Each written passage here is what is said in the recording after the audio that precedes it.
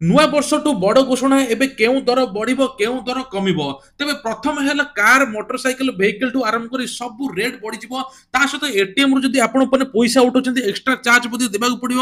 Charge ବଢ଼ାଇବା ପାଇଁ operator ମାନେ ସରକାରଙ୍କୁ ମଧ୍ୟ ନିବେଦନ କରିଛନ୍ତି ଏବଂ 2 ମିନିଟ୍ରେ ମ୍ୟାଗି ବନିବା ସେଇଟା ମଧ୍ୟ ରେଟ୍ ବଢ଼ିବ।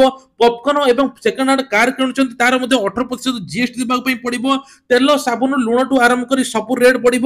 ଏ ନେଇକି ଅନେକ ଗୁରୁତ୍ୱପୂର୍ଣ୍ଣ ଖବର ଅଛି। ଆପଣମାନେ ଭିଡ଼ିଓଟିକୁ ଶେଷ ପର୍ଯ୍ୟନ୍ତ ଦେଖନ୍ତୁ, ଯାହାଫଳରେ ଜାଣିପାରିବେ କେଉଁ ଦର ବଢ଼ିବ ଆଉ କେଉଁ ଦର କମିବ।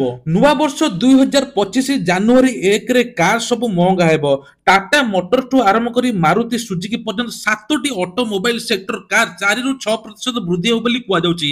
ତା ସହିତ ମଧ୍ୟ ଏଥର ଦୁଇ ଚକିଆ ଯାନ ମୋଟରସାଇକେଲଠୁ ଆରମ୍ଭ କରି ଇଭି ଭେହିକିଲ ପର୍ଯ୍ୟନ୍ତ ମଧ୍ୟ 10% ମହଙ୍ଗା ହୋଇପାରେ। ତେବେ ନୂଆ ବର୍ଷରେ ଆଉ ଗୋଟେ ମଧ୍ୟ ଆରବିଆଇ ତରଫରୁ ବଡ଼ ଘୋଷଣା। ଭାରତର ଅର୍ଥନୀତି ଯୋଉ ଭଳିଆ ଚାଲିଛି ଆଗକୁ ଯଦି ଗତି କରିବ, ଇଏମଆଇ ର ରେଟ୍ ମଧ୍ୟ କମିଯିବ, ଇଣ୍ଟରେଷ୍ଟ ମଧ୍ୟ କମିଯିବ। ଭାରତର ରେପୋ ରେଟ୍ ଏଥର ଆରବିଆଇ ମଧ୍ୟ 2 ବର୍ଷ ହେଲାଣି ବଦଳି କରିନି। ତେଣୁ ଏ ନେଇକି ମଧ୍ୟ ଇଏମଆଇ ଦର ଫେବୃଆରୀ ମାସଠୁ କିଛି କମି ଯାଇପାରେ। ମୋଟରସାଇକେଲ ବା କାରର ପଲ୍ୟୁସନ ବାହାରିବା ହେବ ମହଙ୍ଗା। ତେବେ ପଲ୍ୟୁସନ ସାର୍ଟିଫିକେଟ ଆପଣ ଯେତେବେଳେ ବାହାରି କରିବେ ଏଥର ମହଙ୍ଗା ଦେବା ପାଇଁ ପଡ଼ିବ ବୋଲି ଏ ନେଇକି ମଧ୍ୟ ଘୋଷଣା କରାଯାଇଛି। ପଲ୍ୟୁସନ ସାର୍ଟିଫିକେଟ ଯେତିକି ଟଙ୍କା ଥିଲା ଏବେ ତାଠାରୁ ଅଧିକ ହେବ ବୋଲି କୁହାଯାଉଛି। ଏଥର ବିଜୁଳି ଦର ମଧ୍ୟ ବଢ଼ିବ। ସାଧାରଣ ପରିବାର ଉପରେ ଲାଗିବ ବଡ଼ ଝଟକା। ୟୁନିଟ୍ ପିଛା 54 ପଇସା ବଢ଼ିବ ବୋଲି ସରକାର ତରଫରୁ ମଧ୍ୟ ବଡ଼ ଘୋଷଣା। କମର୍ସିଆଲରେ ମଧ୍ୟ ଅଧିକ ବଢ଼ିବ। ଏବେ ସାଧାରଣ ପରିବାର ଉପରେ ସିଧା ପ୍ରଭାବ ପକାଇବ ବିଜୁଳି ଦର। ସବୁ ଦର ବଢ଼ିବା ସହିତ ଏବେ 54 ପଇସା ପ୍ରତି ୟୁନିଟ୍ ପିଛା ବିଜୁଳି ଦର ବଢ଼ିବ। ଜାନୁଆରୀ ମାସରେ ପାର୍ଲେ କମ୍ପାନୀ ମଧ୍ୟ ବିସ୍କେଟ୍, କେକ୍, ବ୍ରେଡ୍ ଠୁ ଆରମ୍ଭ କରି ସ୍ନାକ୍ସ ଠୁ ଆରମ୍ଭ କରି ସବୁ ରେଟ୍ ବଢ଼ିବ। କ୍ୱାଣ୍ଟିଟି କମିବା ସହିତ 5% ବୃଦ୍ଧି ପାଇବ ବୋଲି କୁହାଯାଉଛି।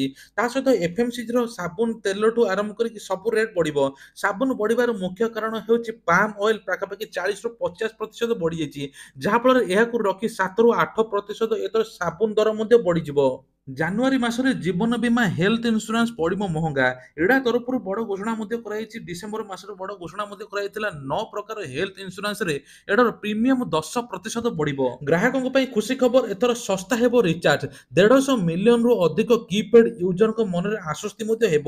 କୁହାଯାଉଛି ଯେଉଁମାନେ କେବଳ ଭଏସ୍ କଲିଂ ପାଇଁ ରିଚାର୍ଜ କରୁଥିଲେ ସେମାନଙ୍କର ନେଟ୍ ଏବଂ ଏସ୍ଏମ୍ଏସ୍ ମଧ୍ୟ ପ୍ୟାକ୍ ପକାଉଥିଲେ, ଯାହାଫଳରେ ଅଧିକ ରିଚାର୍ଜ କରିବା ପାଇଁ ପଡ଼ୁଥିଲା। ଆଉ ଏଥର ଅଧିକ ରିଚାର୍ଜ କରିବା ପାଇଁ ପଡ଼ିବ ନାହିଁ। ଟ୍ରାଇ ତରଫରୁ ବଡ଼ ଘୋଷଣା, ଭଏସ୍ କଲିଂ, ଏସ୍ଏମ୍ଏସ୍ ଏବଂ ନେଟ୍ ପାଇଁକି ଅଲଗା ଅଲଗା ରିଚାର୍ଜ ପ୍ଲାନ୍ ମଧ୍ୟ ଆସିବ, ଯାହାଫଳରେ 150 ମିଲିୟନରୁ ଅଧିକ କିପ୍ୟାଡ୍ ୟୁଜର ମଧ୍ୟ ଖୁସି ହେବେ। ରିଏଲମି ତରଫରୁ ବଡ଼ ଘୋଷଣା, ଏଥର ରିଏଲମିର ସବୁ ମୋବାଇଲ ହେବ ଶସ୍ତା।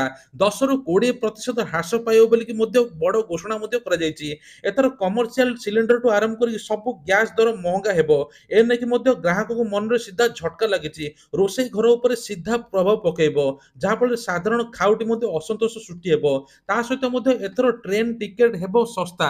ଜେନେରାଲ ବଗିରେ ଯେକୌଣସି ଟିକେଟ୍ କାଟୁଥିଲେ 10ରୁ 20% ହ୍ରାସ ପାଇବ ବୋଲିକି ରେଳବାଇ ପକ୍ଷରୁ ମଧ୍ୟ ଘୋଷଣା ମଧ୍ୟ କରାଯାଇଛି। ନୂଆ ବର୍ଷରୁ ବଢ଼ିବ ମଦର ଦର। ଏ ନେଇକି ମଧ୍ୟ ସରକାର ତରଫରୁ ବଡ଼ ଘୋଷଣା। ଭ୍ୟାଟ୍ ମଧ୍ୟ 5% ବଢ଼ିଛି। ଭ୍ୟାଲୁ ଆଡେଡ୍ ଟ୍ୟାକ୍ସ ମଧ୍ୟ 5% ବଢ଼ିବାରୁ ଏଥର ମଦ ଦର ବଢ଼ିବ ବୋଲି ସରକାର ତରଫରୁ ମଧ୍ୟ ବଡ଼ ଘୋଷଣା କରାଯାଇଛି। ତେବେ ଇଲେକ୍ଟ୍ରିକ୍ ଭେହିକିଲ୍ ପାଇଁ ଖୁସି ଖବର, 2025ରେ ଭାରତରେ 10% ଇଲେକ୍ଟ୍ରିକ୍ ଭେହିକିଲ୍ କାର୍ ରହିଯିବ। ଯୋଉ ପେଟ୍ରୋଲ ଡିଜେଲ କାର୍ ରହିଛି ତା ଭିତରେ ମଧ୍ୟ 10% ଇଲେକ୍ଟ୍ରିକ୍ ଭେହିକିଲ୍ କାର୍ ରହିଯିବ।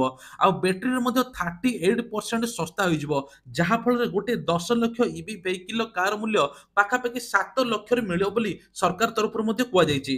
ଏୟାରପୋର୍ଟ ରେଷ୍ଟୁରାଣ୍ଟରେ ଏଥର 60ରୁ 70% ଶସ୍ତା ହେବ ଜିନିଷ। ତେଣୁ ଏୟାରପୋର୍ଟରେ ଯେକୌଣସି ରେଷ୍ଟୁରାଣ୍ଟରେ ଆପଣମାନେ ଖାଇବେ 60ରୁ 70% ଶସ୍ତା ହେବ ବୋଲି କୁହାଯାଉଛି। ସରକାର ଇକୋନୋମିକ୍ ଜୋନ୍ ମଧ୍ୟ ବନାଉଛନ୍ତି।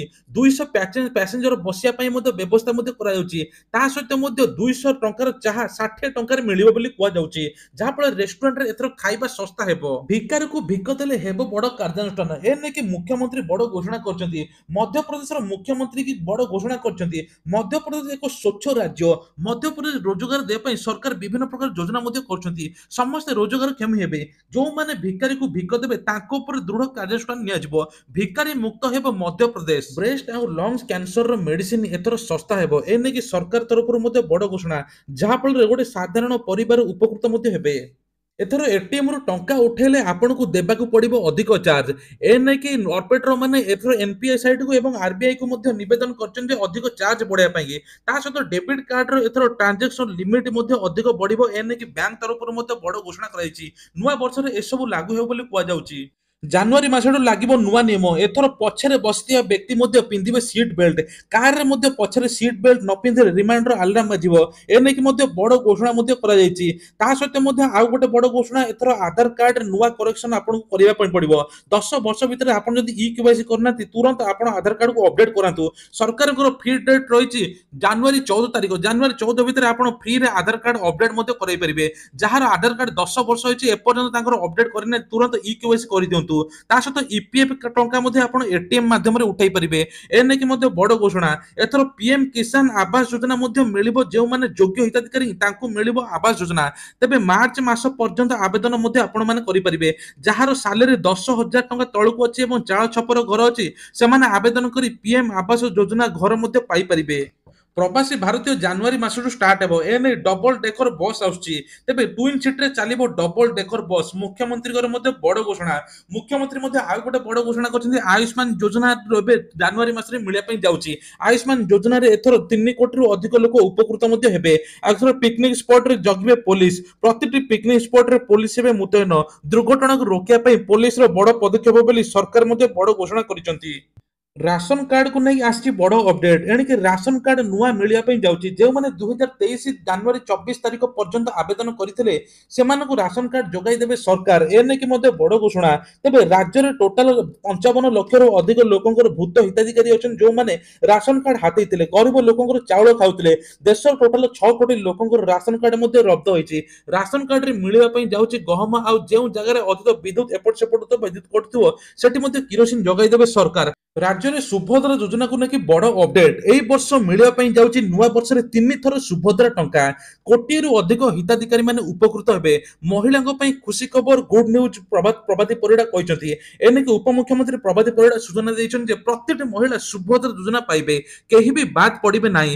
ଯେଉଁମାନେ କଲେଜରେ ପଢୁଛନ୍ତି, ତାଙ୍କୁ 21 ବର୍ଷ ହୋଇଛି, ସେମାନେ ମଧ୍ୟ ଚାହିଁଲେ ଆବେଦନ କରିପାରିବେ। ତେବେ ସୁଭଦ୍ରା ଯୋଜନାର ଚତୁର୍ଥ ପର୍ଯ୍ୟାୟ ଟଙ୍କା ଜାନୁଆରୀ ମାସରେ ମିଳିବା ପାଇଁ ଯାଉଛି।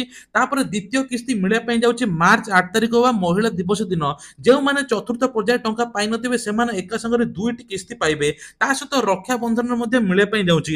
ବର୍ଷକୁ 3 ଥର ପାଇବେ ସୁଭଦ୍ରା ଟଙ୍କା। ଏ ନେଇକି କୋଟି ହିତାଧିକାରୀ ମାନେ ମଧ୍ୟ ଉପକୃତ ହେବେ। ସରକାର ପ୍ରତିଶ୍ରୁତି ମୁତାବକ ସବୁ କିଛି କରୁଛନ୍ତି। ତେବେ ପ୍ରତିଟି ମୁତାବକ ଯାହା ବି ସରକାର କହିଛନ୍ତି, ସେୟା କରିକି ମଧ୍ୟ ଦେଖେଇଛନ୍ତି। ଏଥର କୋଟିଏ ହିତାଧିକାରୀ ସୁଭଦ୍ରା ଟଙ୍କା ପାଇବେ। 5,67,000 ଯୋଉ ଫର୍ମ ପେଣ୍ଡିଂ ଥିଲା, ସେମାନେ ତୁରନ୍ତ ଆଉଥରେ ବାୟୋମେଟ୍ରିକ କରନ୍ତୁ ବା ଫିଙ୍ଗରପ୍ରିଣ୍ଟ ଦିଅନ୍ତୁ, ଯାହା ଫଳରେ ସେମାନେ ମଧ୍ୟ ଟଙ୍କା ପାଇପାରିବେ। ତେବେ ସରକାର ତରଫରୁ ମଧ୍ୟ ଆଉ ଗୋଟେ ବଡ଼ ଘୋଷଣା। ଏଥର ଛାତ୍ର ସଂସଦ ନିର୍ବାଚନ ହେବ। 2018ରୁ ପୂର୍ବ ସରକାର ଛାତ୍ର ସଂସଦ ନିର୍ବାଚନ ବନ୍ଦ କରିଦେଇଥିଲେ। ଏଥର ଯୁବ ଗୋଷ୍ଠୀ ଆଗେଇ ଚାଲ। ଆଉ ଯୁବ ଗୋଷ୍ଠୀ ଆଗେଇଲେ ହିଁ ସରକାର ଆଗେଇବ ବୋଲି କୁହାଯାଇଛି। ଯାହା ଫଳରେ ଏଥର ସରକାର ନିଷ୍ପତ୍ତି ନେଇଛନ୍ତି, ଛାତ୍ର ସଂସଦ ନିର୍ବାଚନ ହେବ। ଦିନକୁ ଦିନ ସୁନା ଦର ଆକାଶ ଛୁଆଁ ହେବାରେ ଲାଗିଛି। ଜାନୁଆରୀ ମାସରେ ମଧ୍ୟ ସୁନାର ଦର ବଢ଼ିବ ବୋଲି କୁହାଯାଉଛି। ତା ସହିତ ମଧ୍ୟ ଆଜି ହେଉଛି zero night. Zero night celebration ସାରା ଇଣ୍ଡିଆ କରିବ। ଏବେ ପୋଲିସ ମୁତୟନ ହେବେ ଦିଲ୍ଲୀରେ 20,000 ପୋଲିସ ପ୍ଲାଟୁନ ଫୋର୍ସ। 27,000ରୁ ଅଧିକ ସିସିଟିଭି ଲାଗିବ ଦିଲ୍ଲୀରେ। ଆଉ ରାଜଧାନୀ ଭୁବନେଶ୍ୱରରେ ମଧ୍ୟ ରାତି ସାରା ବ୍ଲକିଂ ଚେକିଂ ହେବ। ମଦୁଆକୁ କରିବ ପୋଲିସ ସାବାଡ଼। ବିନା ଅନୁମତିରେ ଯେକୌଣସି ଜାଗାରେ ଜିରୋ ନାଇଟ୍ ହେଉଥିବ, ତୁରନ୍ତ ତାଙ୍କ ଉପରେ କାର୍ଯ୍ୟାନୁଷ୍ଠାନ ମଧ୍ୟ ନିଆଯିବ। ରାତି ଅଧରେ ମଦ ପିଇକି ଚାଲିଲେ ସରକାର ତାଙ୍କୁ ବାନ୍ଧିବ ବୋଲି କୁହାଯାଉଛି। ଏପଟେ ସିସିଟିଭି ରଖିବ ନଜର। ତେବେ ଇଏ ଥିଲା ଆଜିର ଦେଶର ଏବଂ ରାଜ୍ୟର କିଛିଟା ମହଙ୍ଗା ଏବଂ ଶସ୍ତାର ଖବର। ତେଣୁ ଏଇଭଳିଆ ଖବର ପ୍ରତ୍ୟେକ ଦିନ ଆମ ଚ୍ୟାନେଲରେ ଦେଖିବା ପାଇଁ ହେଲେ ସକାଳେ ଆଉ ସନ୍ଧ୍ୟାରେ ଆମର ଏଇ ଚ୍ୟାନେଲକୁ ସବସ୍କ୍ରାଇବ କରିଦିଅନ୍ତୁ। Advance happy new year.